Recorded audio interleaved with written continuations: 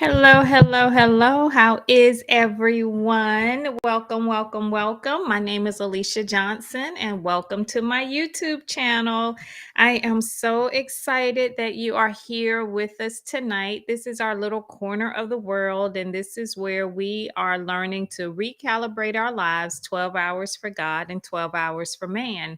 And we are going through the process right now of journaling for forgiveness. And we are at day 29. This is a 30-day challenge. We have one more day to go.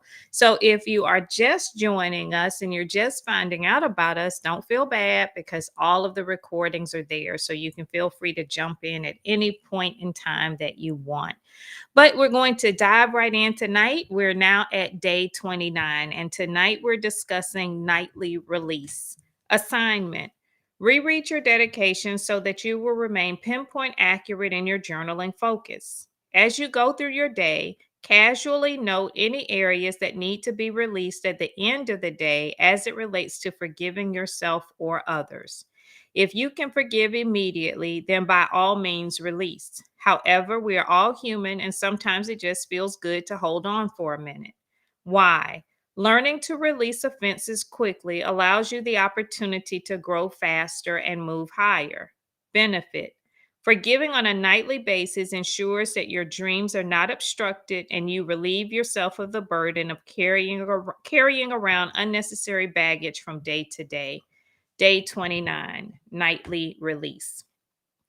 So today, just like all of the other days, this is your responsibility. This is your responsibility to do the work that needs to be done to give yourself the clean slate that you need every day so that you can start fresh, you can start with clarity, you can start with a good, fresh framework. But it's important that you begin to incorporate this process in your daily or nightly routine so that you can start to feel the benefits of it. This was very interesting for me when God began to help me to start to move through the process of forgiveness. So we're now at day 29. So we've had 28 days of digging stuff up. We've had 28 days of dealing with different areas of forgiveness. And so, what God began to show me is that your first run through of this journal, your first run through of any major forgiveness work is going to be heavy. It is going to be daunting. It's going to maybe even feel burdensome. However, the key is to consistently incorporate forgiveness as part of your daily routine. When you allow situations to fester, when you allow situations to just to be prolonged and you hang on to them longer than you should, then forgiveness work is going to be more difficult. It's going to be a harder process. But when you begin to learn how to release nightly, then you're going to be able to start to understand the power of forgiveness. And so, forgiveness in and of itself is a very powerful gift that you can give yourself. This is not something that you have to wait for someone to do. It's not something that you need to discuss with anyone. It's not something that requires a great deal of research. Okay. Forgiveness is basically the art of letting go and allowing the situations to do what they need to do, letting the situations rise and fall, and not getting too involved in the intricacies of the situations. And so, what I mean by that is that when a situation occurs that may offend you, your best approach, if you will, should be to observe. Observe the situation. Ask good questions. Ask heaven, why has this situation been allowed to cross my path? What should I learn from this situation? Is this situation for me or is this situation for the other person? When you start to approach offenses from a different perspective, you then give yourself the opportunity to win every time. And giving yourself the opportunity to win every time means that you give yourself the opportunity to see the scenarios, whatever they may be, from the highest perspective available. Once heaven gives you this opportunity to see things from a higher perspective, then you have the opportunity on a daily basis at the end of the day to really evaluate the scenarios that God has allowed to cross your path so that you can then release it and let it go. The problem is that we have allowed so many things to just become compounded and so many things to just be stacked on top of one another that we are never able to feel the full lightness of the experience as it comes. When you start to do the forgiveness work, you will probably have to do this forgiveness work maybe 2 or 3 times before you start to feel the situation start to release. And once you start to feel the situation start to lose their hold and to give you more breathing room, then incorporating the nightly work is just part of the process. And so the nightly release portion is just basically you reviewing your day and anything that comes up or surfaces that made you uncomfortable, angered you, frustrated you. Those are the areas that you put on the altar.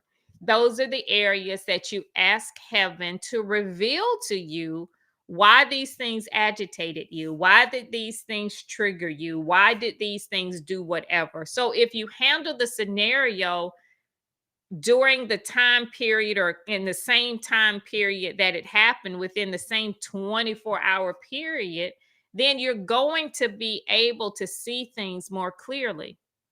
This has proven to be quite beneficial for me as it relates to this work. And this is one thing that you have to understand: the nightly release, depending on what your assignment is, and 9 times out of 10, everyone's assignment can benefit from this.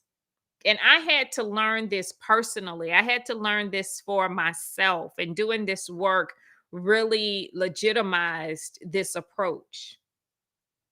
What God began to show me is that the more that I hang on to things that I need to forgive, the more that I hang on to offenses, the more that I hang on to those scenarios that trigger me, the less creative I become, the less available I am to heaven, the less ability I have to rise above my perceived limitations. Because a house divided amongst itself cannot stand. So if in one place I am asking heaven to bring me clarity and to help me to rise higher and to move into different arenas and to help me grow, and then on the other hand I am restricting the growth of someone else, I am holding them under a very rigid standard, I am holding them in a particular place, you can only rise as high as you allow someone else to go. So God began to show me that by not forgiving, I was actually damaging myself more than I was ever trying or I was attempting to make the other person suffer. Like, I used to think that by not forgiving that person, that I was somehow inflicting some sort of punishment, or holding out on forgiveness was somehow going to show them how angry I was. But what God had to help me to realize is that I was the one that was responsible for carrying around that anger everywhere that I went. I was the one responsible for being the caretaker of this emotion. And that responsibility, that energy was pulling me away from the real work that I needed to do. And when God began to show me The difference. When I am free, when I am forgiving, when I am malleable in the hands of God, when I allow things to roll off my back, when I allow things to do what they need to do, heaven allows me the opportunity to receive so many downloads, so many instructions, so much information from heaven. But when I am in a posture of unforgiveness, that creativity, those downloads, they slow down, they even cease. And God was like, during this time period that I was exploring the difference, God was like, count the cost. Is it really worth it for you to lose this connection with heaven just so that you can hang on to this anger or this frustration with this scenario or this person? Which is worth more? I was like, wow, okay. So I forgive quickly, I forgive deeply, I forgive thoroughly because the cost is too great for me to hang on to it for too long. You have to determine for yourself the assignment that you have.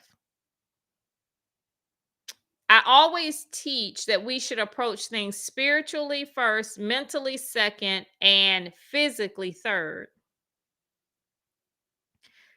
If your assignments, if what you are working on is done physically first, mentally second, and spiritually third, erroneously you think that holding on to grievances and being very, how can I put it, crafty and keeping your head on a swivel and watching out for your competition and just being very cunning and very sharp, you consider that to be a part, that's just part of the game. That's just part of the process. And when people say things like that to me, that is a very huge indicator that they are operating physically first, mentally second, and spiritually third. And when you operate in that way, then you're constantly going to deal with forgiveness work. Like you're constantly, that's just encoded in the process because you're always looking to be offended. You always hear things like, watch out for your haters. Everybody's out to get you. You got to struggle for this. You got to hustle for that. You got to, it's just it's a very, how can I put it? It's a highly charged way to live. And the way I like to explain operating spiritually, mentally, and physically, when you're operating spirit first, mind, well, let's do it the inverse. Let's do it physically first. When you're operating physically first, mentally second, and spiritually third. So I always use this example, and this is just a fun example for me. So my husband and I get into an argument, and I approach this argument physically first. So physically, we get into an argument and I just bust him in the chest. I just punch him. Physically, I have reacted. I've punched him. Mentally, my mind is like, you better hope he don't like flip out and just like have a reaction and just, you hit somebody, they want to hit you back. Like your mind is just running like, ooh, what did I do? And then spiritually, the spirit is like, I ain't got nothing to do with this. Nobody consulted me. So the spirit, you have smothered the spirit. So that's physical first, mental second, and spiritual third. Now, if you're operating mentally first, physically second, and spiritually third, it looks like my husband and I get into an argument. And mentally, my mind goes through my little file cabinet. Now, if he says this, then I'm gonna say this, and if he says this, then I'm gonna say that, and if he says this, then I'm gonna say this, and so your mind is just going, going, going. So when you get into the heated argument and you're going back and forth, then physically you may like pick up your keys and just leave the scenario. You go to the mall and you run up a credit card. So mentally, you're like all in the past. Physically, your body is physically taking you somewhere and doing things that you probably shouldn't be doing. And spiritually, the spirit is like, once again, no one consulted me. I don't even know what this is about. So eventually, you're going to have to deal with the debt that you have incurred if you charge things, the money that you've spent if you've spent frivolously. And so it's just a whole lot that's tied to that. Now, when you approach scenarios spiritually first, mentally second, and physically third, my husband and I, we have an argument, and I allow the spirit to have first place. And the spirit has wisdom. The spirit comes with wisdom, and the spirit says, this argument, don't worry about it. This is part of the plan. You know, you asked God to heal your marriage, so this is your opportunity to pass this test.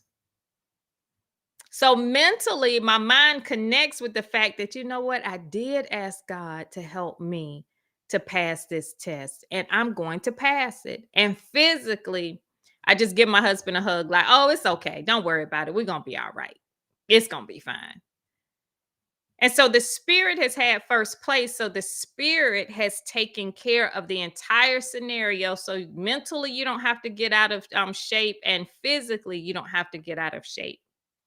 And so when you operate spiritually, mentally, and physically, it's going to make your nighttime routine so much easier because you're dealing with scenarios in the right order. When you are out of order, doing it physically first or mentally first, you know that that nighttime routine is imperative because you are going to have to set yourself up so that you can release what needs to be released so that the next day you can start at a higher level of understanding. If you do not take the time to do the nighttime release, then you are missing out on an entire communication um, medium that heaven uses. And what I mean by that is if you go to bed angry, if you go, and the Bible teaches us this, like, do not go to bed angry. Like, don't go to sleep angry. Like, clear all of that stuff up. And I used to say that, like, I don't want to go to bed angry, but I didn't understand the ramifications of going to bed angry. What you have to understand is that during that rest period, during that period where heaven allows us to sleep, our body is regenerating, our body is doing what it needs to do. And this is the time that heaven uses to speak to us through our dreams and our visions. And what God began to help me to understand, and this is why this community is called the 1212 community, because we understand in this community that when you begin to recalibrate your life, you learn to operate 12 hours for God and 12 hours for man. And when you begin to operate 12 hours for God and 12 hours for man, you learn to render unto Caesar what is Caesar's and reserve what is for God for God. When you begin to allow the situations of the world to infiltrate the 12 hours for God, then you are missing out on valuable information that heaven wants to share with you. On earth as it is in heaven, for everything in the natural, there's a parallel and corresponding occurrence in the supernatural. We must understand without any confusion that we are eternal beings. Because we are in, as Dr. Tony Evans says, in these earth suits, We sometimes get confused into thinking that we are limited to this reality. But if you have been, I have been to enough funerals to know that whatever makes a person, whatever animates that person is not there anymore. The spirit lives on. The spirit is without end.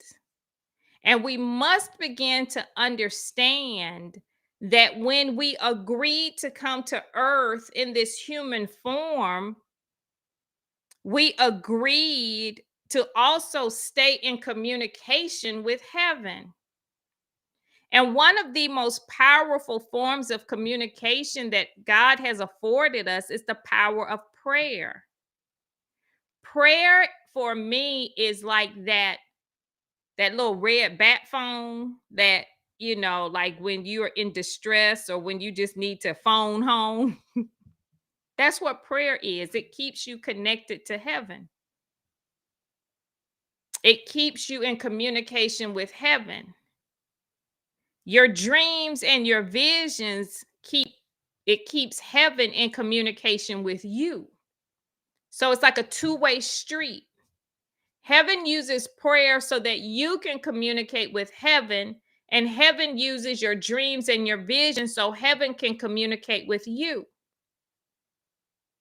Most people don't understand, and this is why it was so important for me during this time period to learn how to interpret dreams. Because your dreams, and we have our local dream interpreter. I don't know if she's on here tonight, but Cynthia Newell, she's our dream coach. And she's very powerful as it relates to helping you to use the power of your dreams in your actual waking life. Dream interpretation is a very powerful tool that you need to have in your toolbox. Because heaven is going to speak to you in a language that you understand. Yes, Dare to Dream is here tonight. Yes, yes, yes. When you allow heaven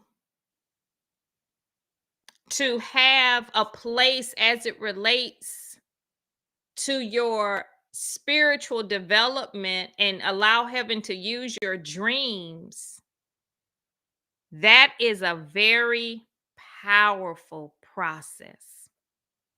The problem is that most people like take to like Google and they Google like, what does this dream mean? And what I've had to learn over the course of time is that heaven uses a language that is unique to you.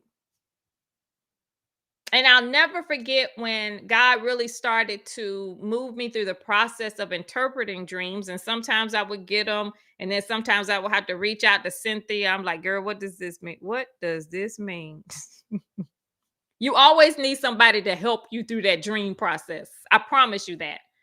Either for confirmation so that you know that you're on track, to either give you a higher perspective, to help you see things more clearly. Because if you're too close to the scenario, you may miss some of the details that you see from a higher perspective. So this is why I'm a big proponent of having a dream interpreter, if you will, on your team, your life team.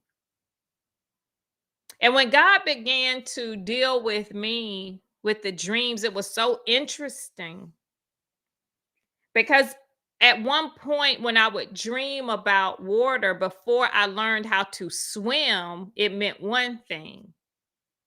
Then when I would start to dream about water after I learned to swim, it meant something else. So you have to begin to understand what these things mean for you and to you. And the only way that you're going to be able to establish a good and powerful communication or open up a powerful communication for heaven to use your dreams and your visions is if you have a good nighttime routine. So that by the time you drift off to sleep, your dreams are not mixed in with the confusion that you have not released. Your nightly release should also include no television. This is one thing that was very powerful for my husband and I. We literally had to take the TV out of our room because we had no break, if you will, from the world. We had no break from the interference of the world. And so when I would have a dream, I didn't know if I was having a dream because it was something that was playing in the background, or if it was something that I ate, or if it's because I was angry with somebody. I didn't know what it was. You've got to do what you need to do in order to establish a good nighttime routine for yourself. So, this is what day 29 is all about. It's about allowing you to establish what you need in order to set the tone powerfully for the next day. When I learned to do this for myself, when I learned to do this, God began to show me how much the world had infiltrated every crack and crevice of my life, even spiritually. I would have a routine of waking up in the morning and turning the TV on to see what I missed while I was sleeping. As soon as I got in the kitchen, I would have a TV in the kitchen. We don't have a TV in the kitchen anymore. We don't have, it's just, no, it's too much. Because all of these scenarios that the world wants to shove at you, they're all riddled. They're riddled with fear, anxiety. It makes you anxious. It makes you worry. It makes you afraid of everything. And God began to help. This may be an eye opener for, I don't know, y'all may have already known this. This is good for me. God was like, they're like 5 some billion, however many people there are on this planet, right? How is it that when you turn the news on in your area, or you turn on like the world news, and all of the channels are reporting on basically the same stories? Really? Really? As big as this world is, this is all the news y'all could find. This is all y'all could find. And you can tell that it's programming, because these are the things that get people in conversation, in the heated conversations, in the dialogue that agitates and frustrates people and get things going and gets the fear going. This is why when you start to take back your power and you start to incorporate your routines and you start to open up your toolbox and you start to use the things that heaven has packed for you to bring to earth, the world doesn't want you to do that, because the world can no longer track you. When you start to feel the rhythm of your own life, the world doesn't know what to do with that.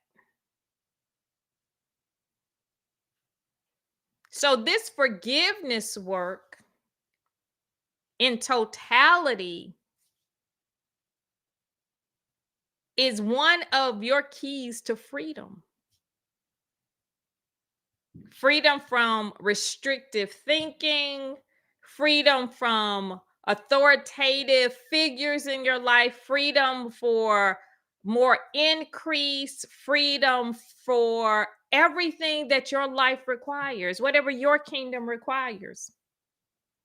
So take this nightly release seriously so that you can have a fresh start tomorrow. All right, everybody. I am so excited. Y'all, tomorrow is day 30. I'm so excited. Not that I haven't enjoyed being here with y'all, but Sister Girl needs a break. And I'm excited about that. So, because we have 5 a.m. challenges also. So, we do this at 5 a.m. And we've been doing this on YouTube for the last 30 days. Well, Monday through Friday and from 8 to 8:30. And I also work a day gig. So it's a lot going on over here. So I'm looking forward to we have a break next week, but we start our relationship journal on October 31st. October 31st at 5 a.m. And so if you are interested in joining us, my assistant is on here tonight, Cynthia Flores. Please reach out, type in the chat that you're interested, and she will get your information or she'll put the link up here and you can connect with us. So if you want to join us, we are doing relationships just in time for the holidays. And the relationship journal is not going to be typically what you think is going to be. Our journals are a lot different than what people think they're going to be. So be pleasantly surprised when you enter into the relationship journal challenge. So with that being said, we're going to wrap up the forgiveness work tomorrow. We're going to wrap up the abundance challenge tomorrow. So I'm very excited about that. But we're going to take a break and we're going to take a break to reflect.